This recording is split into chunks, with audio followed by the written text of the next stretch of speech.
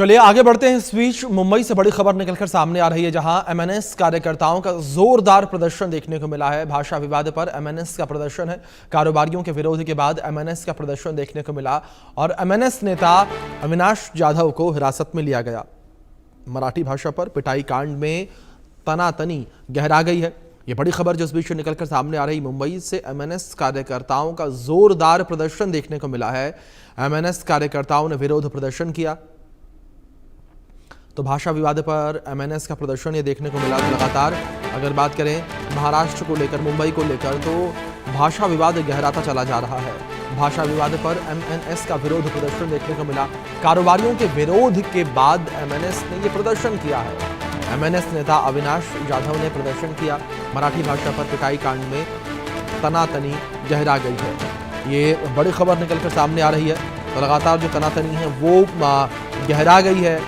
महाराष्ट्र के अंदर, मुंबई के अंदर भाषा विवाद को लेकर बात करें तो भाषा विवाद का मुद्दा लगातार महाराष्ट्र में गर्माता जा रहा है। लगातार जो है भाषा विवाद का मुद्दा जो है वो तूल पकड़ता जा रहा है। जिस तरीके से ये बड़ी जानकारी निकलकर सामने आई है, महाराष्ट्र में भाषा विवाद जो है वो तूल पकड़ता जा रहा है, जहां एमएनएस के द्वारा भी प्रदर्शन किया गया है। एमएनएस कार्यकर्ताओं ने भी प्रदर्शन किया है।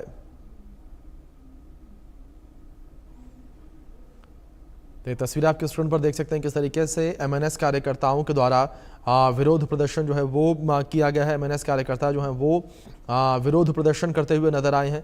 तो भाषा विवाद को लेकर लगातार विरोध प्रदर्शन की स्थिति जो है वो देखने को मिल रही है। लगातार विरोध जो है वो देखने को मिल रहा है।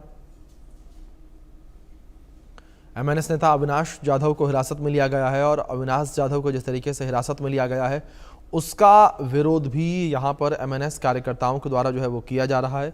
एमएनएस कार्यकर्ता जो हैं वो विरोध करते इसका नज़र आ रहे हैं। जिस तरीके से एमएनएस नेता अविनाश जाधव को हिरासत में लिया गया है तो इसका विरोध सीधे तौर पर किया जा रहा है एमएनएस कार्यकर्ताओं के द्वारा। एमएनएस कार्यकर्ता जो हैं वो सीधे तौर पर इसका विरोध करते नजर आ रहे हैं।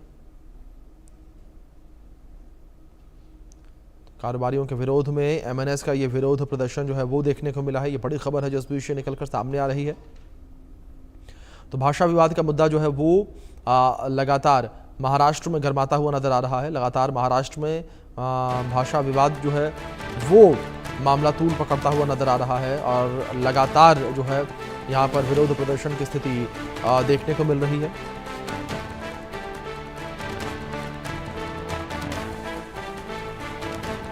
तो कारोबारियों के विरोध के बाद अब एमएनएस जो है वो विरोध प्रदर्शन कर रही है। तो जिस तरीके से पहले कारोबारियों के द्वारा विरोध प्रदर्शन देखने को मिला और अब जो है एमएनएस के द्वारा विरोध किया जा रहा है। जिस तरीके से एमएनएस नेता की गिरफ्तारी हुई है, एमएनएस नेता की गिरफ्तारी को लेकर एमएनएस कार्यकर्ताओं का ये विरोध देखने को मिल रहा है। सड़कों पर एमएनएस कार्यकर्ता उतरे हैं। तो लगातार भाषा विवाद जो है वो मुंबई के अंदर गर्माता चला जा रहा है। जिस तरीके से एमएनएस कार्यकर्ताओं के द्वारा लोगों के साथ मारपीट की जा रही है उसको लेकर जो है आक्रोश देखने को मिला। और जिस तरीके से कारोबारी के साथ मारपीट की गई उस मारपीट का भी विरोध जो है वो देखने को मिला था। लोगों में उस मारपीट को लेकर काफ़ी ज़्यादा आक्रोश जो है वो देखने को मिला था। और अब एमएनएस कार्यकर्ता जो हैं वो सड़कों पर उतरे हैं, प्रदर्शन कर रहे हैं।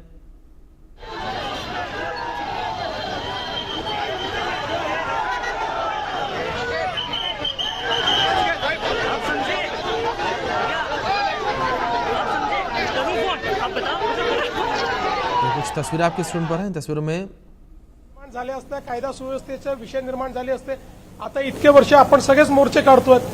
मोर्चे काढत असताना आपण पोलिसांची चर्चा करून रूट ठरवत असतो।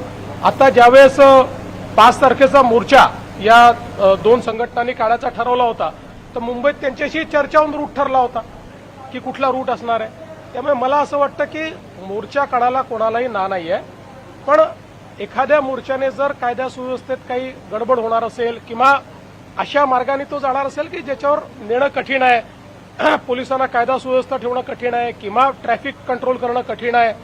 आता तो रेल्वे स्टेशनवर गेल्यानंतर रेल्वे स्टेशनवर आपल्याला माहिती आहे मीरा भाईंदरचं रेल्वे स्टेशनची काय परिस्थिती असते। त्यामुळे पोलिसांनी सातत्याने त्यांना विनंती केली की तुम्ही हा रूट बदला, पण ते बदलायला तयार नव्हते। क्या वजह रही कि मोर्चे को इजाजत नहीं दी गई? देखिए महाराष्ट्र में किसी भी मोर्चे को इजाजत है, ये लोकतांत्रिक राज्य है, कोई भी मोर्चा निकालना चाहे तो परमिशन लेकर निकाल सकता है।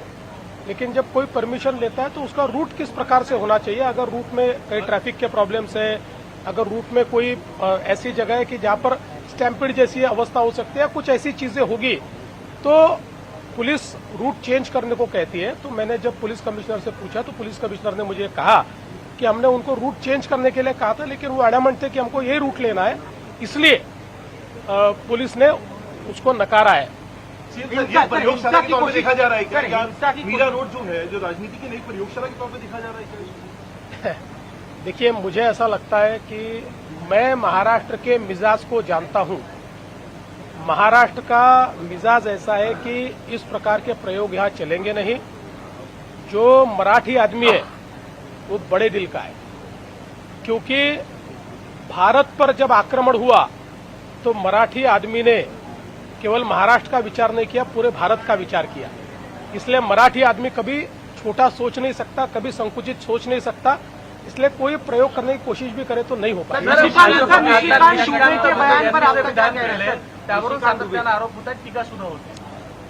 पहिली गोष्ट तर अशी आहे की निशिकांत दुबे यांचं जर तुम्ही पूर्ण ऐकलं तर ते संघटनेच्या संदर्भात बोलले आहेत। ते मराठी माणसाला त्यांनी सरसकट त्या ठिकाणी म्हटलेलं नाही। तथापि माझं मत असं आहे की अशा प्रकारे बोलणं योग्य नाही आहे, कारण त्याचे जे अर्थ निघतात ते अर्थ हे लोकांच्या मनात संभ्रम तयार करतात। मी पुन्हा एकदा सांगतो की मराठी माणसाचं ऐतिहासिक योगदान या महाराष्ट्रामध्ये प्रचंड मोठं आहे आणि आपल्याला कल्पना आहे की ज्यावेळी परकीय आक्रमकांनी या भारताची संस्कृती संपवण्याचा प्रयत्न केला होता, त्यावेळेस ती जिवंत ठेवण्याचं काम हे छत्रपती शिवरायांनी केलं, छत्रपती संभाजी महाराजांनी केलं आणि त्यानंतर मराठ्यांनी संपूर्ण। तो यहाँ पर लगातार विरोध जो है वो देखने को मिल रहा है। हमारे सहयोगी शाहिद अंसारी जुड़े हैं, सीधे उनका रुख करेंगे। शाहिद, क्या स्थिति फिलहाल मौके पर देखने को मिल रही है? देखिए, अविनाश यादव को जैसे ही हिरासत में लिया गया उसके बाद तो उन्होंने ये कहा है कि वो धरना जो है मोर्चा कैंसिल कर दे। लेकिन हुआ ये है कि कल से जब इनके ये धरना और प्रदर्शन को लेकर चीजें कर रहे थे तो पुलिस ने 3:30 बजे से ही अविनाश यादव को जो है हिरासत में ले लिया, उनको नोटिस थमाई और बताया है कि किसी भी तरह से लॉ एंड ऑर्डर को लेकर कोई खतरा पैदा ना हो, इसलिए इस तरह के प्रोटेस्ट ना करें। हुआ यह है कि मीरा रोड में हमेशा से मनसे के जरिए जिस तरह से लोगों को मारपीट, जुल्म, ज्यादती की जा रही थी, तो अब तक तो उत्तरदायी के निशाने पर थे, लेकिन मीरा रोड में जो है ये पासा पलट गया। पहले उन्होंने वहां पे जुल्म ज्यादती करके व्यापारी को जो है मारा है, लेकिन मीरा रोड में जो है मनसे की जमीन जो है, हालांकि कहीं तो उनकी जमीन है नहीं, मीरा रोड में जो है जो हरकत की है उन्होंने, इसके बाद ये पूरी तरह से उनके अगेंस्ट साबित हो रही है। बिल्कुल, यही वजह है कि अब इसकी भरपाई कैसे की जाए। बिल्कुल, तो भरपाई करने के लिए इन लोगों ने इस प्रोटेस्ट का तरीका अपनाया, लेकिन इसमें भी जो है पुलिस ने इनको रूट चेंज करने की इजाजत दी, लेकिन इनकी हकधर्मी इस बात पर थी कि उसी रूट पर जाएंगे। बिल्कुल शायद लगातार एमएनएस को लेकर बात करें, मनसे को लेकर बात करें, मनमानी जारी है जिस तरीके से। अगर लोगों को थप्पड़ मारने को लेकर बात करें, मारपीट को लेकर बात करें, या फिर विरोध प्रदर्शन के दौरान जो रूट तय है उससे हट के अलग जाने की बात की जाए। फिलहाल बहुत शुक्रिया जुड़ने के लिए और इन अपडेट्स के लिए। वक्त छोटे से ब्रेक का, बने रहें इंडिया न्यूज के साथ।